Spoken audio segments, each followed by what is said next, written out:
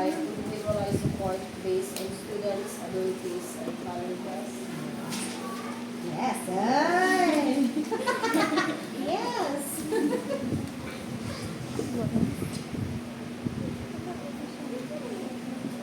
Kadahan pambasa. Did you use visual aids, manipulatives, and technology to enhance learning? Yes. Mostly about what people are visual.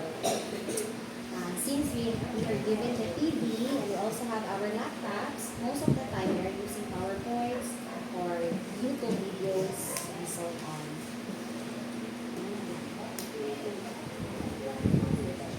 Did you adjust teaching strategies based on students' responses and feedback? Of course, if a kid is a mass feedback, you give it right away so that you will know the pacing of your kids, if they have already learned, or ikaw mismo as a teacher, imong ma-evaluate if imong teaching adjust ba ka, kay paspas ba ka, or mo reteach ba ka, kay imong estudyante guro ka. Depende po na sila. Question. Did you provide opportunities for students with exceptional needs to actively participate in class discussion or activities? Yes, of course. Everyone must be given the chance to share their thoughts. Even if they are those pupils that are struggling in the class, there should be a room for them. The voice of their answers, though it's not correct.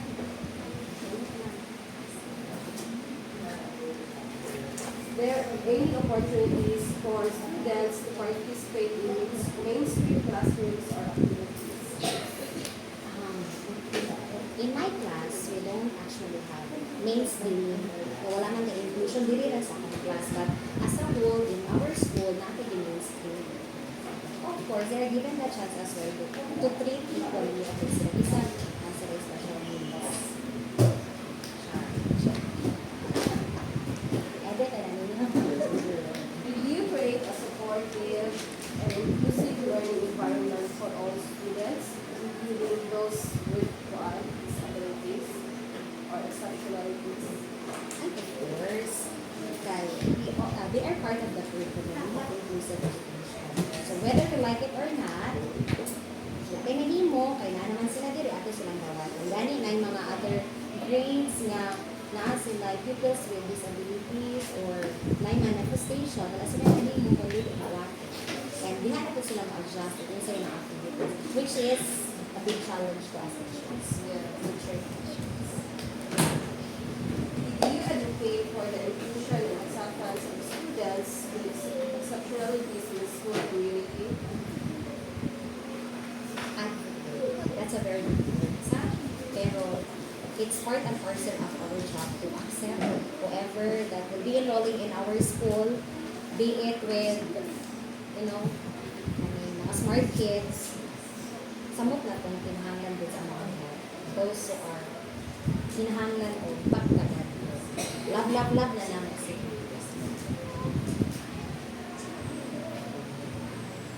Tama na. Did you monitor the progress of students with exceptionalities and provide feedback on their academic performance? Let me go back to the question. What number is that? Number Ay, of course. Oo. With exceptionality. So, ngunit ka kung the mainstream, is your focus about inclusive education? yes. Ito pa naman siya na. Ato niya mga pero ito masusulat o na rin iyon ang mga teachers na i-compare or contrast ba sila ang inyong mga answers. The same ba? If and if ako is estudyante, of course, I would have to really monitor this or her progress kaya mo ako basis if i-enroll ba nato sila sa next level or i-hold pa sila sa iyang current level. Kaya naman po yung mga slow learners sa regular class. Na. Tayo yun. Yung elementary tayo, mga, except sa mga bright kid, ha? Kami sa mga slow learner, hangtod. Ako rin, hangtod.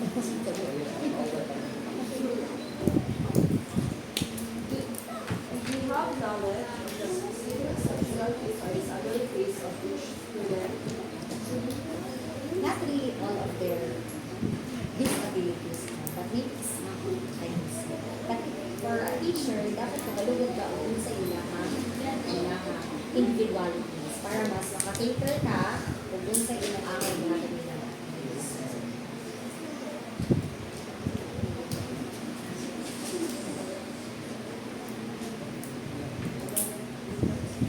Kasi plan mo lang yung gamit ko sa And using example, kato. Kaya matatag curriculum man yun. So, grade 1, kinder, grade 1, 2, ano, like grade 4, and grade 7, and 8. Example, pero more or less, they are just the same. Example, kasi ngalan anak, so, Did you provide appropriate accommodations and educations for students with exceptionalities or disabilities? Muna akong role as a teacher, no? Even though naka-plan, you should always, plan is flexible.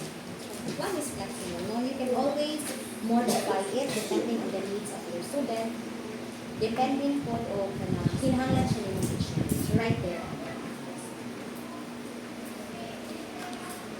Did you promote inclusive practices by encouraging peer interaction and collaboration among students? And of course, it is a must. Your class will be such a bore if there will be no interaction. And cannot say that you feel na as a teacher kung wala interaction.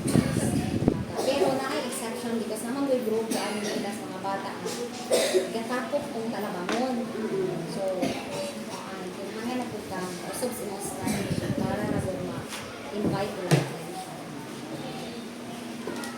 Did you adopt and modify curriculum material to meet the diverse needs of students?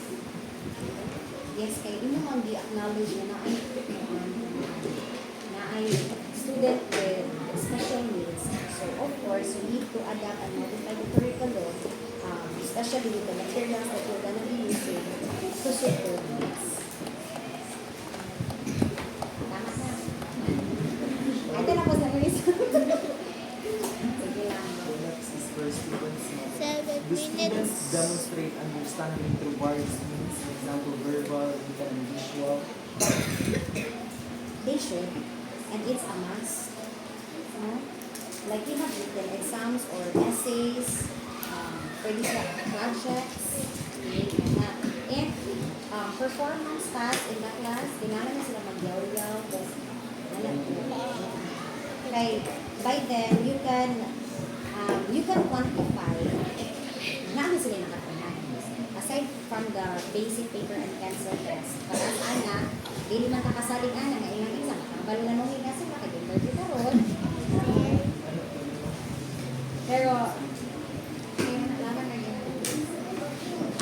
So, our students actively engage in the learning process. Yun, dahil kung yun, yes!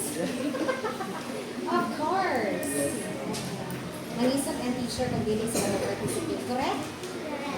Mag-well? Okay, speak. Are there opportunities for peer interaction and collaboration? There is, especially it can be seen during the group activities, especially in the presentation of outputs. Yes. Seryoso tayo naman na. Do students collaborate and interact positively with peers? Of course, they will not be successful in their outputs or performance if and if they will not be helping each other. Later,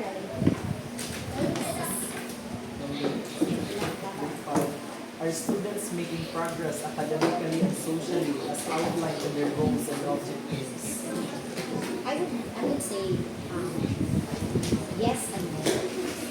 If I will try to base my answer on the report card, the grade will fluctuating because depending on the I'm just complexity watching a of the movie. document. But then again, there is progress, especially those na nakapag-ayaw yun. Pero for some na nas average siya, fluctuating yun sila. Correct. Do students with diverse abilities participate actively in a group activity. Yes, dili ka mo ibutay na nato mga individual differences. DI, differentiated instruction. Magawas mo na siya pag group activities o magpuyog ni mga ingani o skills. Kani mga pwede mong niraan. I-group them. The students demonstrate understanding and engagement with learning materials. I would say yes. About specific example, if di ko sayo ka sa kung pangsagot. I'm giving them stories with comprehension questions. So if they can answer it well, then right then I can say that the learning material that I gave them is positive ang impact nila. Are students able to apply learned concepts in real-life situations? Okay, that is what I'm always telling them. There will be no such learning if there is no change in behavior. Dapat they should apply it in their real lives. Not just na sige rin siya diri, pero dapat di-apply sa asa ganito sa inyong balay. Okay. Dili kay diri ra ta mamulot sa balay magkikangkang dili sa walay learning, because learning is defined as a change in behavior. Charot. Ay magpuna. Does the student demonstrate a positive attitude towards learning and school in general? I believe so, because they're still here and it's for quarter already. Wala mo pinakasip mga transfer. Attendance wise, okay naman po. Does the student feel supported and included in the school community? Of course, yes. If there are activities sa school, pwede sila matagad ang part to showers,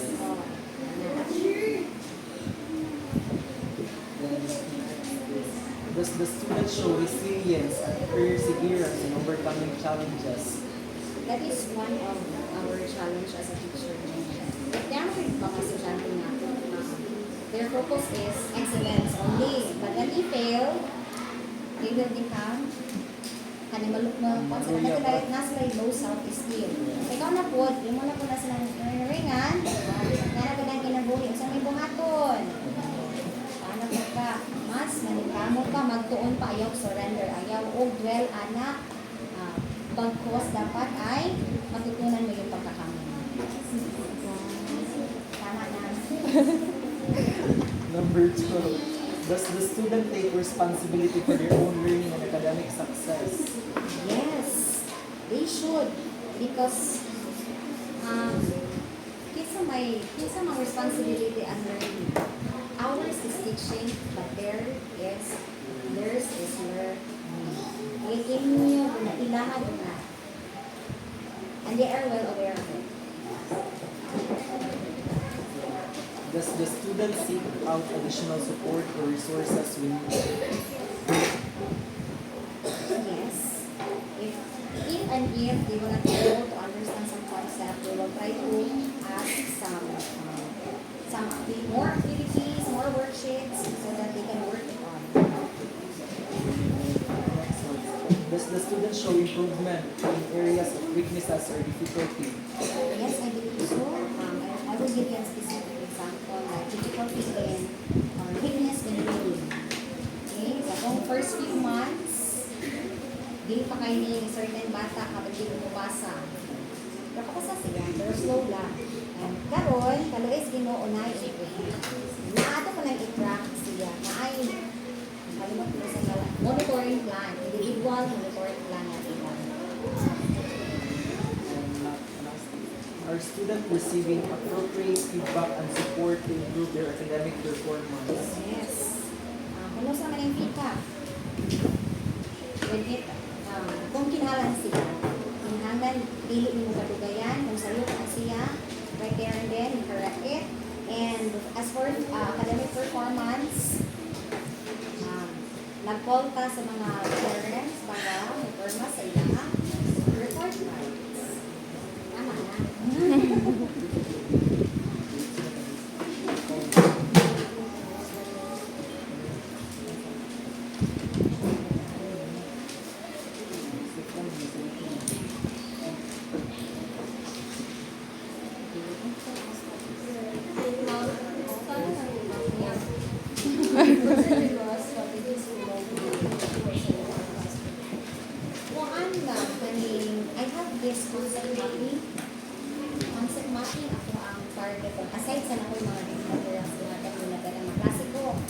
yaw-yaw sa kuan and I will wrap it up. Nalitan among concept about it. Soil. So, ako siya, himuan ang concept of soil. So, atong soil, what is soil? Kaya there are 3 types of soil. Anak ko sulat. This is good for planting. Ganun. I want them to learn and not bitaw the easiest way. Hindi ko ganun mag-lisod sila. Lisod sila.